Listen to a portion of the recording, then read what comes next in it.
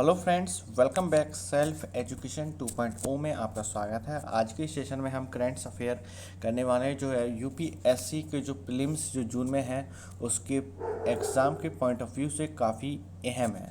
तो चलिए स्टार्ट करते हैं हम आज के इस सेशन को। पहले क्वेश्चन से, प्रधानमंत्री नरेंद्र मोदी ने किस शहर में भारत के सबसे बड़े ड्रोन फेस्टिवल भारत ड्रोन महोत्सव 2022 का उद्घाटन किया है? तो प्रधानमंत्री मोदी जी ने किस शहर में किया है? तो आपके ऑप्शन है दिल्ली, कोलकाता, बेंगलुरु और चेन्नई।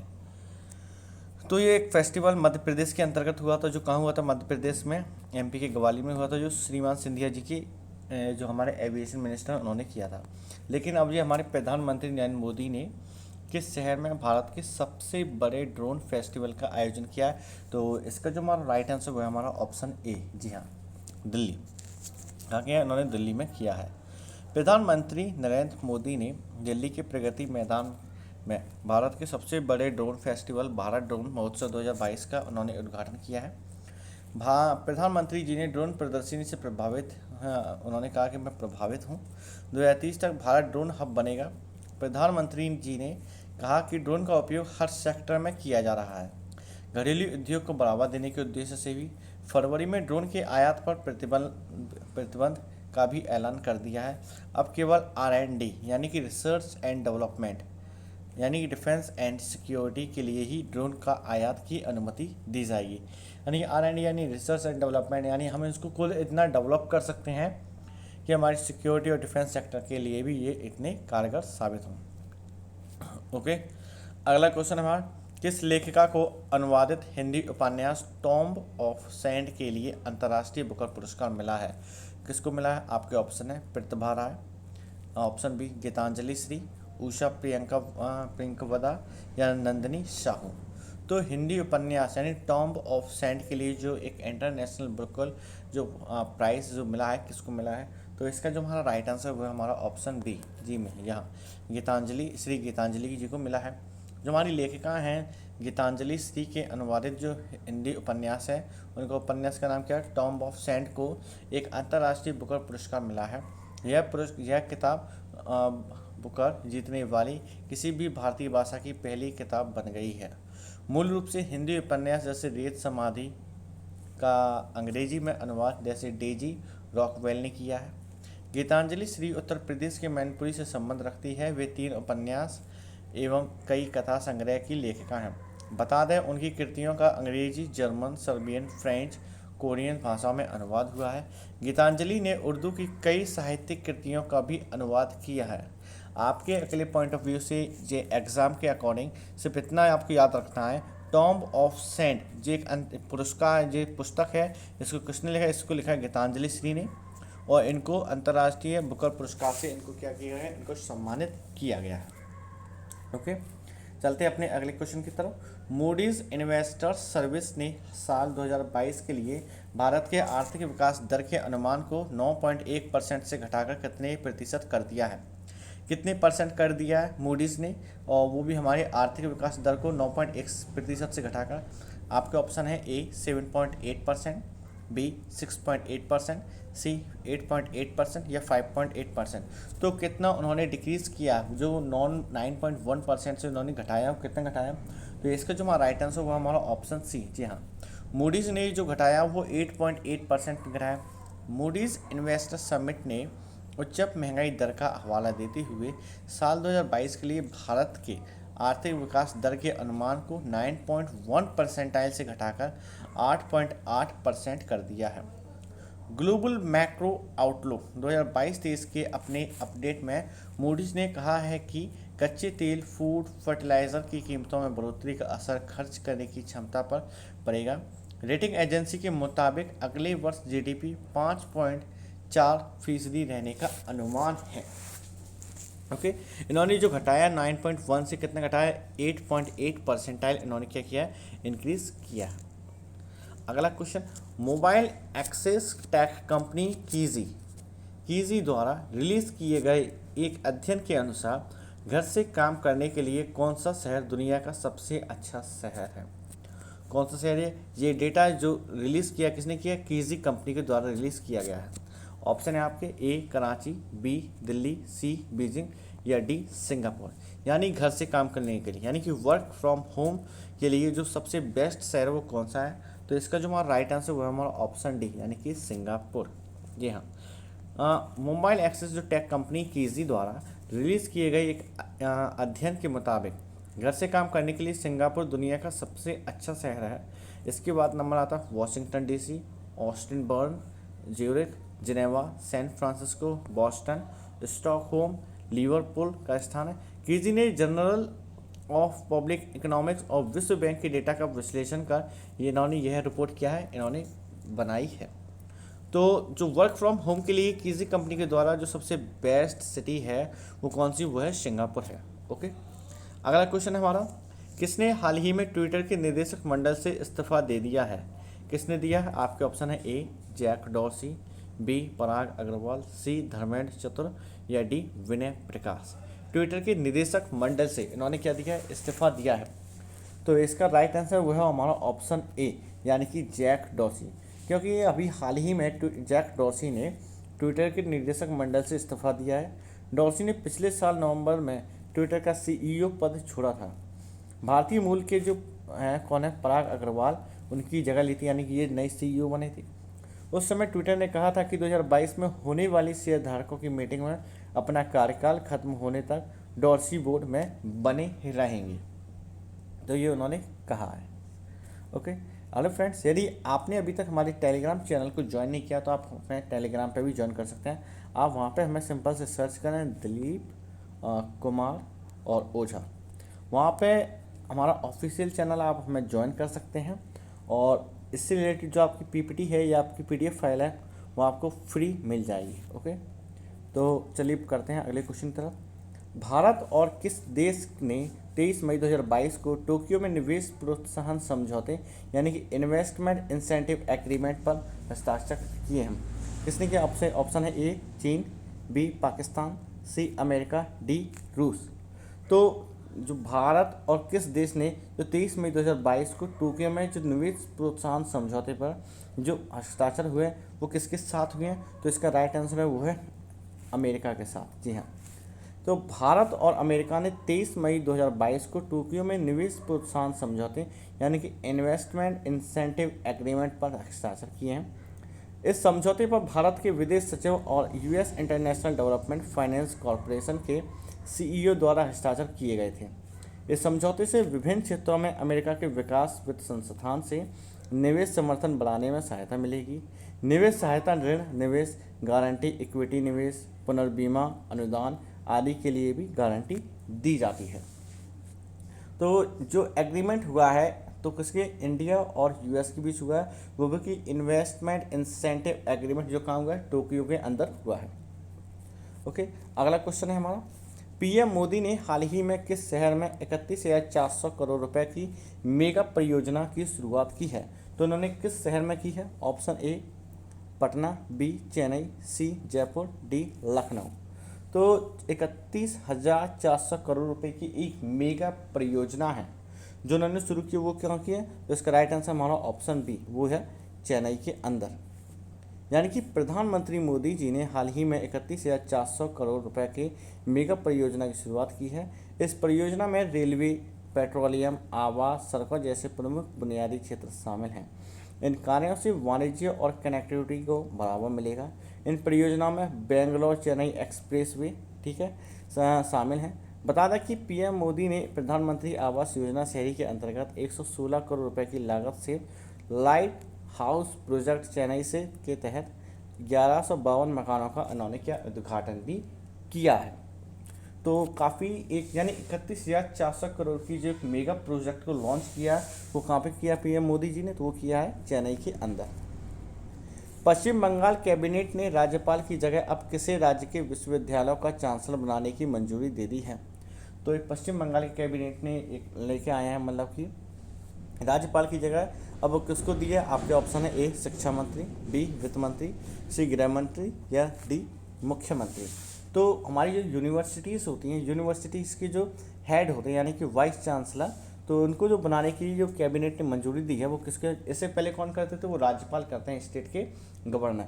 लेकिन अब इन्होंने कानून में कुछ फेरबदल करके एक इनको मंजूरी दी है। तो इसका राइट आंसर क्या है? इसका राइट आंसर हमारा ऑप्शन डी, यानी कि गवर्नर की जगह अब वहाँ की चीफ मिनिस्टर यूनिवर्सिटी के जो चांसलर होते हैं इनकी नियुक्ति कर सकते हैं। मुख्यमंत्री को राज्य के विश्वविद्यालयों का चांसलर बनाने की मंजूरी दे दी है। राज्य सचिवालय में हुई मंत्रिमंडल की बैठक के बाद शिक्षा मंत्री ब्रत्य बसु ने बताया कि राज्य विधानसभा में जल्द ही विधेयक के रूप में प्रस्ताव पेश किया जाएगा। पश्चिम बंगाल के राज्यपाल जगदीप धनखड़ वर्तमान में राज्य के 17 राज्य संचालित यूनिवर्सिटी के पदेन कुल अधिपति हैं। बता दें कि जुलाई 2019 में राज्यपाल के रूप में ये कार्यभार संभाले हैं। उन्होंने क्या कार्यभार संभाला हुआ है। ओके, जो कि हमारे पश्चिम बंगाल की चीफ मिनिस्टर हैं, जैसे बात करें कौन है, श्रीमती ममता बनर्जी हैं। विनय सक्सेना ने हाल ही में किस राज्य के उपराज्यपाल के पद से शपथ ली है? यानी कि उन्होंने पद से शपथ ली है विनय सक्सेना उपराज्यपाल। उपराज्यपाल यानी कि एक यूनियन टेरिटरी है। तो आपके लिए ऑप्शन है ए दिल्ली, बी जम्मू एंड कश्मीर, सी लक्षद्वीप या डी पौंडीचेरी। विनय सक्सेना जो कि हाल ही में राज्यपाल बनाए गए उपराज्यपाल बनाए गए हैं, वो किस यूनियन टेरिटरी की हैं? तो इसका जो राइट आंसर वो हमारा ऑप्शन ए, ये कहाँ के? दिल्ली के। और इनसे पहले विनय सक्सेना से पहले कौन थे? अनिल बैजल थे, जैसे कि जानेंगे इसके एक्सप्लेनेशन में। विनय सक्सेना ने दिल्ली के उपराज्यपाल के पद की शपथ ले ली है। उन्हें 22वें, जी हाँ, कौन सी 22वें उपराज्यपाल के तौर पर दिल्ली हाईकोर्ट की चीफ जस्टिस ने शपथ दिलवाई है। गुजरात में लंबे समय तक कार्यरत रहे विनय सक्सेना ने कहा कि दिल्ली में प्रदूषण सबसे बड़ी समस्या है, यानी कि पॉल्यूशन एक बहुत बड़ी, क्योंकि सबसे जो वर्स्ट कैपिटल है पॉल्यूशन के अकॉर्डिंग वो हमारी दिल्ली है, और मैं उसे समाप्त करने के लिए काम करूंगा। उन्होंने एक मतलब कि लिया है प्रतिज्ञा से कि वो पॉल्यूशन के ऊपर मेन फोकस होगा उनका। और उनका जो जन्म है 23 मार्च 1958 में हुआ था। उन्होंने अपनी पढ़ाई कानपुर विश्वविद्यालय में से पूरी की है। ओके, तो विनय सक्सेना दिल्ली के उपराज्यपाल बनाए गए हैं। आपके एग्जाम के लिए इतना ही काफ़ी। सरकार ने ओलंपिक विजेता जैवलिन थ्रोअर नीरज चोपड़ा को किस देश के कुओर्टोनो ओलंपिक प्रशिक्षण केंद्र में भेजे जाने के अनुरोध को स्वीकार कर लिया है? तो गवर्नमेंट ने किस को कहाँ पे भेजने के लिए इनको स्वीकार किया है? आपके ऑप्शन है ए रूस, बी जर्मनी, सी फिनलैंड या डी यूक्रेन। यानी कि उसका नाम क्या है? कुओर्टोनो ओलंपिक प्रशिक्षण केंद्र, यानी कि ट्रेनिंग सेंटर है, वहाँ पे इनको भेजे जाने के लिए इन्होंने स्वीकार किया।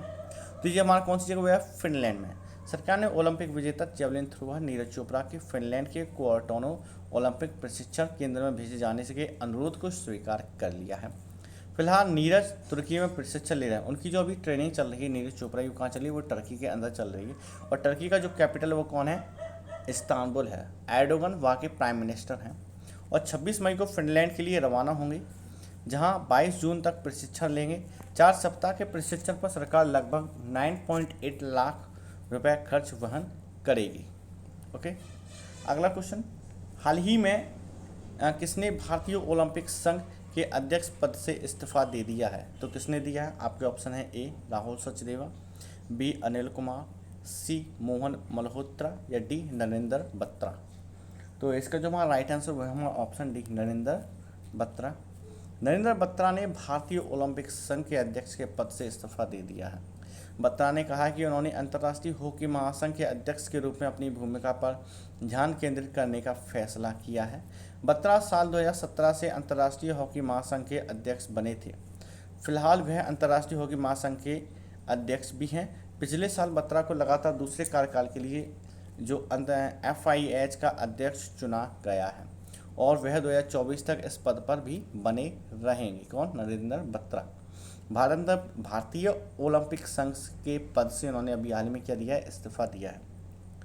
अगला क्वेश्चन है हमारा, कॉम्बैट एविएटर के रूप में आर्मी एविएशन कॉर्प्स में शामिल होने वाली पहली महिला अधिकारी कौन बन गई हैं? आपके ऑप्शन है A captain Abhilasha Barak, B captain Komal Singh, C captain Jaya Trivedi या option D captain Sonam Agnihotri. आपकी जो इस तरह के क्वेश्चन होते हैं वो हमारे SSC एग्ज़ाम या आपके स्टेट के कोई सा भी एग्ज़ाम हो, चाहे वो पुलिस का हो, चाहे पटवारी का हो, चाहे वो किसी भी मतलब कि डिफेंस या कोई भी एग्ज़ाम हो, वो उनके पॉइंट ऑफ व्यू से काफ़ी इम्पोर्टेंट है। जैसे कि पहली महिला यानी कि फर्स्ट लेडीज़ हैं, वो भी आर्मी एविएशन कॉर्प्स में शामिल होने वाली, तो कौन है? तो इसका जो हमारा राइट आंसर वो हमारा ऑप्शन है, यानी captain Abhilasha Barak. Captain Abhilasha Barak combat army aviation course के सफल समापन के बाद कॉम्बैट एविएटर के रूप में आर्मी एविएशन कॉर्प्स में शामिल होने वाली पहली महिला अधिकारी बनी हैं। गौरतलब है कि आर्मी एविएशन कॉर्प्स का जो गठन है कब हुआ था, 1 नवंबर 1986 को हुआ था। पिछले कुछ वर्षों में कोर ने नई इकाइयों और चीता, ध्रुव, रुद्र, HCL और रिमोटली पायलट यानी कि अनमेन्ड व्हीकल होती हैं, यानी कि ऑटोमेटिक व्हीकल कह सकते हैं इसके, एयरक्राफ्ट जैसे उन्नत उपकरणों की स्थिति के साथ अपनी स्थिति सुदृढ़ की है। कैप्टन अभिलाषा बराक हरियाणा की रहने वाली हैं और उन्हें सितंबर 2018 में आर्मी एयर डिफेंस कोर में कमीशन मिला था। तो पहली लेडीज़ कौन है जिन्होंने आर्मी एविएशन कोर्स में एंट्री मिली है, तो वह कैप्टन अभिलाषा बराक हैं। ओके, अगला क्वेश्चन, हिमाचल प्रदेश की बलजीत कौर 1 महीने से कम समय में 8000 मीटर से अधिक ऊंचाई की पर्वत चोटियों को फतह करने वाली पहली भारतीय महिला बन गई हैं। कितनी चोटियां हैं? आपके ऑप्शन है 6, 4, 8, 7। तो इसका जो राइट आंसर है हमारा ऑप्शन बी, यानी कि 4 चोटियों को, जो कहाँ की है, एवरेस्ट की। हिमाचल प्रदेश की बलजीत कौर 1 महीने से कम समय में 8000 मीटर से अधिक ऊंचाई की 4 पर्वत चोटियों को फतह करने वाली पहली भारतीय महिला बन गई हैं। पीक प्रमोशन प्राइवेट लिमिटेड के निदेशक पासंग शेरपा ने बताया कि कौर ने हाल ही में माउंट लोहत्सो फतह किया, जो कि दुनिया की चौथी सबसे ऊंची पर्वत चोटी है।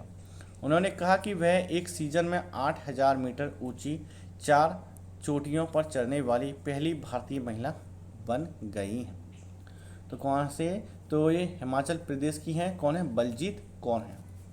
ओके, अगला क्वेश्चन, किस राज्य के मुख्यमंत्री ने हाल ही में इंदिरा गांधी शहरी रोजगार योजना के कार्यान्वयन के लिए नए दिशा निर्देशों को मंजूरी दे दी है? तो किस स्टेट ने दी है? ऑप्शन है बिहार, पंजाब, राजस्थान या झारखंड। यानी कि किस मुख्यमंत्री ने हाल ही में, यानी मुख्यमंत्री के द्वारा, चीफ मिनिस्टर के द्वारा। तो इसका जो राइट आंसर हुआ हमारा ऑप्शन सी, क्या है? राजस्थान। राजस्थान के चीफ मिनिस्टर कौन है? श्रीमान अशोक गहलोत जी हैं। राजस्थान के मुख्यमंत्री ने हाल ही में इंदिरा गांधी शहरी रोजगार योजना के कार्यान्वयन के लिए नए दिशा निर्देशों को मंजूरी दे दी है।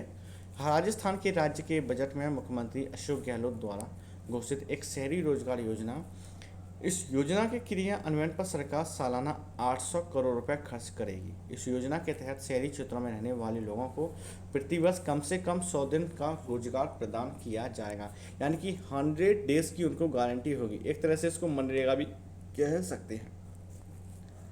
अगला क्वेश्चन है हमारा, केंद्रीय वित्त मंत्री के अनुसार सरकार किसानों को उर्वरक की कीमतों में वृद्धि से बचाने हेतु कितने लाख करोड़ रुपए के अतिरिक्त उर्वरक सब्सिडी प्रदान करेगी?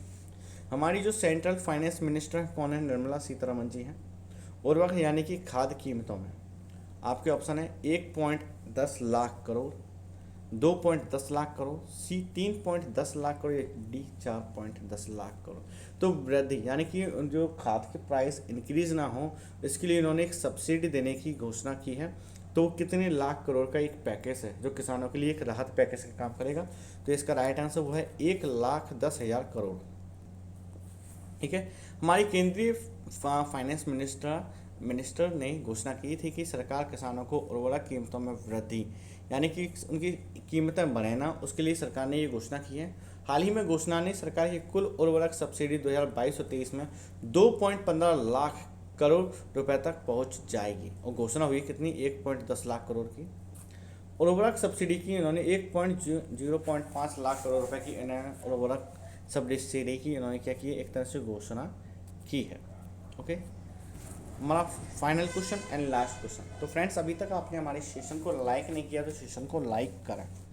ओके, यूपी बजट 2022 पेश करते हुए वित्त मंत्री सुरेश खन्ना ने कहा कि निराश्रित महिला पेंशन को बढ़ाकर कितने रुपए कर दिया गया है। बात हो रही यूपी के चीफ मिनिस्टर योगी आदित्यनाथ है। आपको ये बताना है कि यूपी के वाइस चीफ मिनिस्टर यानी कि उप मुख्यमंत्री कौन है। ओके, जैसे क्वेश्चन है, निराश्रित महिला पेंशन को बढ़ाकर कितना कर दिया है? आपके ऑप्शन है ए 500, बी 1000, सी 1500 या फिर डी 2000 यानी कि 2000। तो इसका जो हमारा राइट आंसर है, जो निराश्रित महिला पेंशन को बढ़ाकर जो है 2000 रुपये कर दिया है। उत्तर प्रदेश विधानसभा में योगी सरकार ने, यानी कि उनकी सेकंड टाइम से उनकी सरकार बनी, तो उसको 2.0 कह सकते हैं, पहला बजट पेश किया गया। वित्त मंत्री कौन है वहाँ के? सुरेश खन्ना ने 6,15,518 97 लाख रुपए का बजट पेश करते हुए कई बड़े ऐलान किए। उन्होंने महिलाओं को ध्यान में रखकर भी ऐलान किया। वित्त मंत्री सुरेश खन्ना ने कहा कि निराश्रित महिला पेंशन को बढ़ाकर 1,000 रुपये कर दिया गया है। वित्तीय 2022-23 में इस योजना के लिए 4,032 करोड़ रुपए भी बढ़ाकर 1,000 रुपये प्रतिमाह कर दिए गए हैं, जिसका बुजुर्ग महिला यानी कि ओल्ड एज जो लेडीज वुमेन्स होती हैं और उसको इससे क्या प्रॉफिट होगा। तो काफ़ी एक अच्छी योजना लेके आई है यूपी गवर्नमेंट। तो फ्रेंड्स, यदि आपने सेशन को लाइक नहीं किया, लाइक करें और आपके जो भी डाउट्स हैं आप कमेंट बॉक्स में पूछ सकते हैं। वो 24 हॉर्स के अंदर आपको क्लियर कर दिए जाएंगे, यानी कि आपकी कमेंट्स का रिप्लाई दिया जाएगा। आपको सेशन अच्छा लगा हो तो इसको अपने दोस्तों के साथ शेयर करें। यदि आप चैनल पर नए हैं तो इसको सब्सक्राइब और बेल आइकन पर क्लिक जरूर करें। एंड जय हिंद।